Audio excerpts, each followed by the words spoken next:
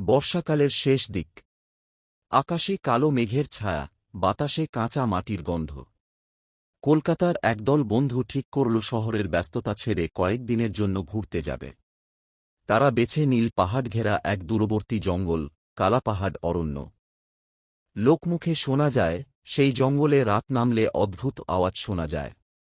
অনেক মানুষ নাকি সেখানে হারিয়ে গেছে। কিন্তু এসব গল্পকে কুসংস্কার ভেবেই উড়িয়ে দিল অর্ণব। একটা বডসাফ গাড়িতে করে তারা বেরিয়ে পড়ল। গাড়ির জানালা দিয়ে ঠান্ডা বাতাস ঢুকছিল। রুদ্র ক্যামেরা অন করে বলল, ওকে গাইস, আজ আমরা যাচ্ছি ভারতের সবচেয়ে ভৌতিক জঙ্গলে। রিয়ান হেসে বলল, আর যদি ভূত আসে তাহলে প্রথমে তোকে নিয়ে যাবে।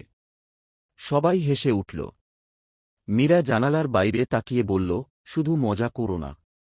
এই জায়গা নিয়ে অনেক অদ্ভুত গল্প আছে।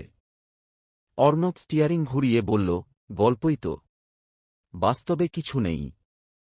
৩ ঘণ্টা পর তারা পৌঁছাল জঙ্গলের কাছের ছোট্ট গ্রামে। গ্রামটা অদ্ভুত রকম শান্ত, যেন কেউ কথা বলতে চায় না। দোকানগুলো তাড়াতাড়ি বন্ধ হয়ে যাচ্ছে। মানুষজন তাদের দেখে কেমন অস্বস্তি নিয়ে তাকাচ্ছিল। একটি চায়ের দোকানে তারা থামল। দোকানের কোণে বসে থাকা এক বৃদ্ধ তাদের দিকে তাকিয়ে বলল, তোমরা কি কালাপাহাড় জঙ্গলে যাচ্ছ? অর্ণব মাথা নাড়ল। বৃদ্ধ ধীরে ধীরে উঠে এল। তার চোখ দুটো কেমন ফ্যাকাশে। সূর্য ডোবার আগেই বেরিয়ে আসবে। রাত হলে জঙ্গল তোমাদের ফেরত দেবে না। তিথি একটু কেঁপে উঠল। রিয়ান ফিসফিস করে বলল, লোকটা সিনেমার ডায়ালগ মারছে।